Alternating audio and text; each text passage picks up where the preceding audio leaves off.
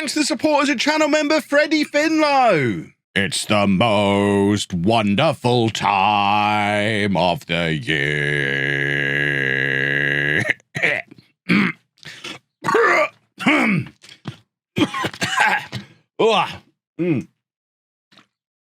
Oh, bet you didn't know I could sing like that. It's Cup Run O'Clock. Hello, welcome to part 8 of the Tour de France. I'm Kevin. Coming up on today's episode, we hopefully have a cup run. I mean, I've built it up now, but we are playing our first difficult match of this year's run in the French Cup. As you can see, our form has been really rather delicious since the last episode. We are beating everything that is served up in front of us, including a nice little cup run and some decent wins in the league as well. That most recent match was a fan day, so hopefully we'll start to see more fans come through the door. The league table looks like this. We've almost got this wrapped up. It's only a 13-team league. I don't think I've actually mentioned that yet, but it's only a 13-team league, meaning 24 matches. We're nearly halfway through the season. We're 6 points clear, although Châteauroux have a game in hand. Vigneul have 2 games in hand. Worry not. Tomorrow, we'll be playing them both. But today is all about the cup. We are playing against Saint-Prive-Saint-Hilaire Football Club, who are in the National 2, in the promotion hunt in the National 2. So this is the next tier up from where we are. This is the 4th tier of French football, where we could be ending up next season as things are standing. And they're one of the better teams at this level. So it's going to be not just our first tricky cup game, but an interesting gauge of how we compare to the next league up as well. So without further ado, let's get out there and play them. You can see I've finally bitten the bullet and changed the tactic around a little bit. Big Fat Dennis is reluctantly a reserve as we go with Bouzrara and Lochereau up front, both as quicker little strikers. So we're no longer lumping the ball up at the head of Big Fat Dennis. Instead, we're lumping it out wide for the wide players to get onto to then whip it across for these 2 lads in the middle. And they are both scoring for fun. As you can see, Bouzrara, 12 goal contributions from 11 matches on a 7.62. And Lochereau, still only 18 years old, 10 goal contributions from 11 matches on a 7.55. Big Fat Dennis will quite happily sit there and say, well, I've got 9 from 11 on a 7.17. I'm nearly as good. Yeah, but the problem with you, Big Fat Dennis, is 2. 1, you're 26 and the other 2 are 22 and 18. He's homegrown at club. He'll become homegrown at club. These 2 are the future of Tour. Big Fat Dennis might be along for the ride for the next few years, but he's not going to be still in this squad in 5 years' time. If either of these 2 are good enough, they actually could be. So that's why we're focusing in on them. And Big Fat Dennis is just going to have to accept life as a substitute. So the team in full, we've got Goda in goal, a back 4 of Emimi, Bahanga, Camara and Temitope, Brian, Perron, Dumas and Jean-Marie in midfield. And then, as mentioned, Bouzrara and Lochereau up front. Let's get out there, face our higher division foes and see if we're any good. This is what today is all about. I mean, it could be a very short episode if we lose. I guess if we lose, I'll show you a league game. I'm not a complete monster. I know half of you will switch off for a league game, knowing that it's just a foregone conclusion 6-0 win. But I also know some of you enjoy the 6-0 wins and enjoy just watching football matches. So we'll do 2 episodes regardless, but I'm hoping the second match of the episode will be the next round of this cup as we continue to progress, because we've not actually met the board's requirements for the French Cup yet this year. They're looking for us to get to the 8th round. This is the 7th round. So although we're playing against a team from a higher level, we kind of have to beat them or else we risk the wrath of the board. And remember, this board is bonkers. This is the same board that, despite the club being in financial difficulty, went both semi-pro and then pro within about 4 weeks of each other in a league where we absolutely didn't need to be professional. They're bonkers, and who knows what they'll do if I don't meet their targets. They've beaten Goda there, and it comes back off the crossbar, and straight away, this is a different kind of game from what we're used to. We're not used to being on the back foot, and we very much have been early on in this game. Amimi on the left-hand side gets it back from Brian, and now Brian's got it again, back with Amimi. Somebody needs to just get the cross in. Perron is the man to do exactly that, and Bouzrara is on the end of it. I suspect he might be offside. The referee has got his hands everywhere, and he has disallowed it. And I thought we were getting a replay, but in fact, it's gone straight into the next highlight, which has us on the back foot. Again, at least we've shown with a little bit of attacking intent, we can get the ball in the back of the net. We just need to, try and stay onside. Oh, that's a lovely cross. Oh, that's upsetting to see. That is such a nice cross. Right in the danger area. There's no way. No one gets that. As you saw, it's too far for the keeper. It's in behind the defence. This is the perfect cross. This is what we need to be doing. Look at it. Oh, it's like a work of art. But we are 1-0 down, which is troublesome. We had quite an unceremonious just stop in the cup last year because we were thumping everybody who was lower down than us. But as soon as we faced anyone from higher up, this happened. So, I mean, I guess in terms of long-term difficulty and depth for the series, for the storylines that we've got, if a team who are in reality only about 10 places above us in the league pyramid, 10 or 15 places, if they are better than us, and they certainly look like they are, it means even if we do have another easy season this year and pick up a second promotion, it probably ain't going to happen next year. And we're going to have to actually do some football managing next year, which, I mean, has he had a shot from there?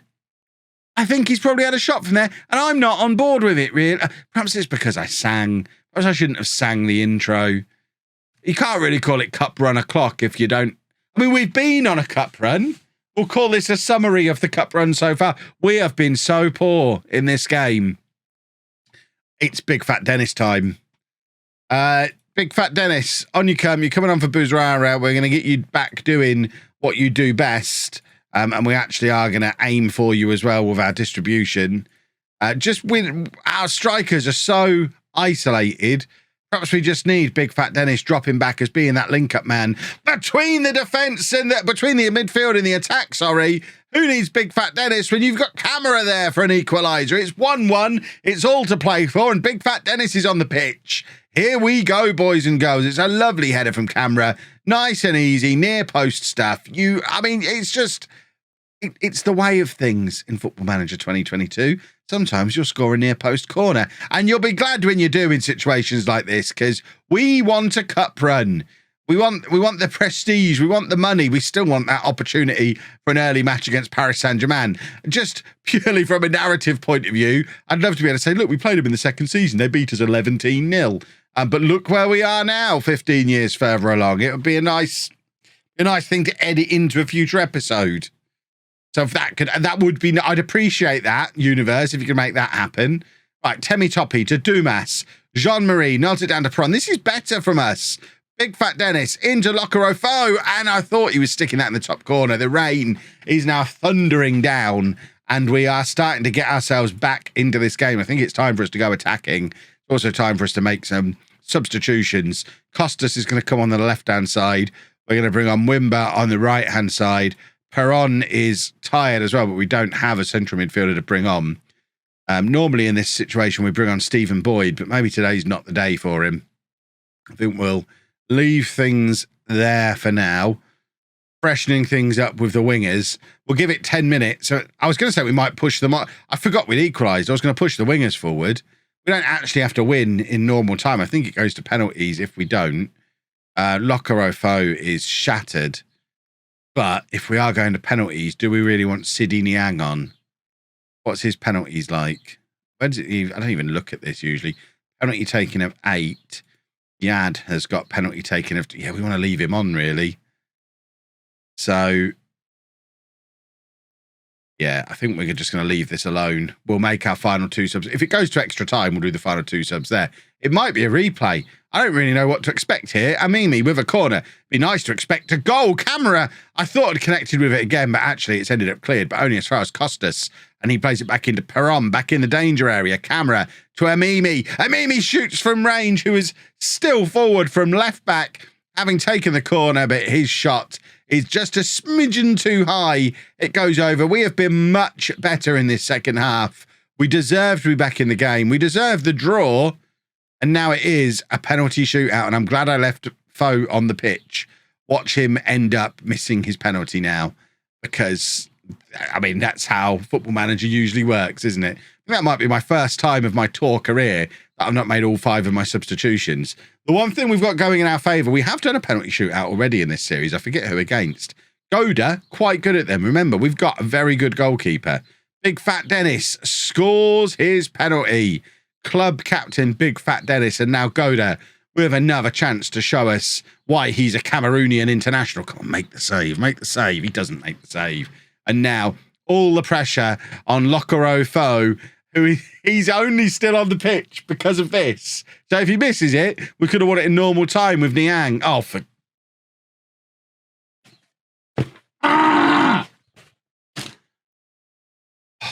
Shouldn't have said anything. Just shouldn't have said anything. Oh, my word. I hate Football Manager sometimes. Right. Mwimba must score, because otherwise it becomes very difficult for us to get anything out of this penalty shot. For goodness sake. The big lad in red, don't kick it at him. There's one thing you need to remember about penalty shootouts. Don't just kick it tamely at the legs of the opposition goalkeeper. The last 2 numpties have done exactly that. Goda, please make the save. This is pathetic. No cup run for us this year. We don't deserve one. We can't do penalties. Ridiculous. Absolutely ridiculous. Right, well, cup run's over. Those of you who don't want to see me win 11-0 again, I'll see you tomorrow for 2 big games. The rest of you, let's go and make ourselves feel better by ruining somebody's day. Folks, before we go any further, just want to take a moment to thank this episode's sponsor, Skillshare. Skillshare is an online learning community with thousands of inspiring classes for anyone who loves learning and wants to explore their creativity and learn new skills. Invest in yourself and your personal growth. Interested in making a career pivot or up-leveling your skills in your current role?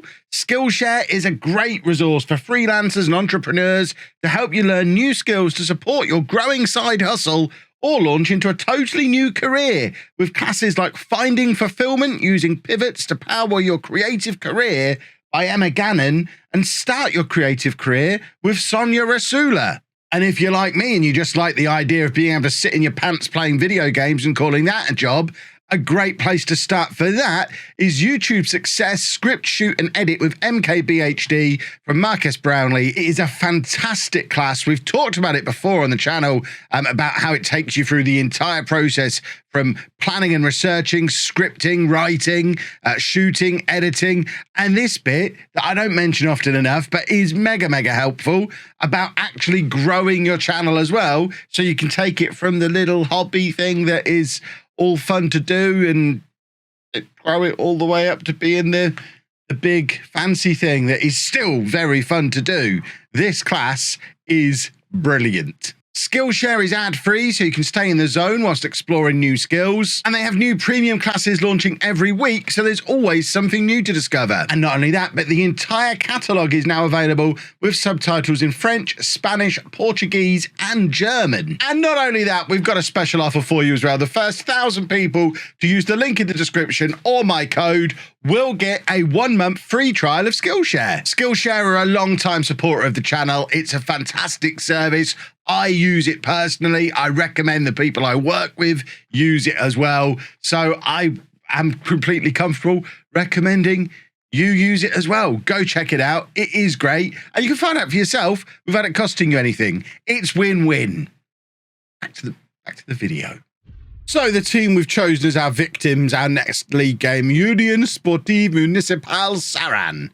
Let's go and put 15 goals past them. And it's going to be a nice little opportunity for Stephen Boyd to show off in front of you all. Camera picking up an injury in that previous game. He's going to be out for the next 2 to 5 weeks. So Stephen Boyd, as one of our first reserves at the back, is going to get this is his first start. It is his first start for the club. So Stephen Boyd going to be starting alongside Abdoulaye Beban at the back, who's someone that we brought in back in the summer. We're also playing Jocelyn at right back. I'm just trying some things a little bit different, at least defensively. We're trying nothing further forward, but just shuffling the defence around a little bit, largely because of the existing injury to Dennis, the new injury to Camera, and Amimi. I mean, Amimi can play anywhere, which is handy, but Temi Toppy is away on international duty, as is Buhanga. So, and David Carter still not able to play. still ineligible. He's still not 16. So we're down to the bare bones at the back. We've still got Michael Oliver, but he's tired, having played presumably for the B team earlier on today. None of it's ideal. Let's just get the team submitted and hopefully get out there and score a bunch of goals. I've got to make myself feel bad. I'm still a little frustrated about what I've just witnessed. I guess it shows just how good we've become that I can be this frustrated about losing against a team from the division above, away from home, on penalties. But, I was convinced we were going to have a little cup run. I love a cup run, and now it's ruined all my plans. Interestingly, talking of ruining my plans, while we were off playing in the cup, Châteauroux and Vignoule have been playing some league games by the looks of them, and are closing that gap behind us a little bit, and we're approaching the halfway point of the season. If things don't go our way today, we might not be very far clear at all at the top of the league as we hit the halfway point. Locarofo is already on a yellow card, just shooting aimlessly from miles out. And we could really do with a goal sometime soon. There is Beban, who I think has been fouled. That is the perfect start to things. We've got a penalty. I've just noticed Châteauroux and Vignoule are actually playing each other today. Châteauroux have just gone 1-0 up. We've got the little alert in the bottom left-hand corner. And while that's going on, Locarofo scores his penalty. It's 1-0 to Tours. It's also 1-0 to Châteauroux in the other match. So Vignoule kind of being pushed out of contention, I think, having lost to us and now losing to Châteauroux as well. And it's becoming the two-horse race we all expected it to be. Although, to be fair, Vignol's still with a game in hand, if they win, it closes things right back up again. So there's three decent teams. That's a lovely goal line clearance from Josselin. I mean, he made it look more complicated than it was. He's, rather than just lumping it, he's controlled it and then cleared it. He gets away with it because he's playing in the 5th tier. But I think in future, just swing a limit it, young man. Oh, dear. Oh, dear. Oh, I love the lower leagues. Goda with an absolute disaster of a save, palming it into the path of the onrushing striker, who misses an open goal from about 3 inches away. And they've messed up the corner as well. Presumably it was blocked, actually. I'm laughing at the miss, but it did lead to a corner. So one of my boys has got in there with a goal-saving block. I'm going to claim it was Stephen Boyd, because he's our homegrown boy. And he's the one that we want. We want him to be the Ryan Lawson of this save. We want him to be ever present in this defence for several years before moving to Barcelona for £5 million. If you didn't watch the Greek Odyssey with Apollon, goodness me, are you missing out? We're only doing 5 episodes a week on this save. Do yourself a favour. When you're not watching this, watch the Greek Odyssey. It was lovely stuff. And you'll get to know Ryan Lawson, our Greek defender. Was he Greek? I feel like he might have been an Italian defender in Greece who ended up making a career in Spain. Either way, hero. And we've got away with one a little bit again there. It hits the post. This isn't the thrashing we were hoping we were going to be handing out today. I mean, it looks like Vignoule have equalised against Châteauroux because the gap behind us has actually widened a little bit, which I guess those two drawing is probably the best result for us, bearing in mind Vignol's game in hand.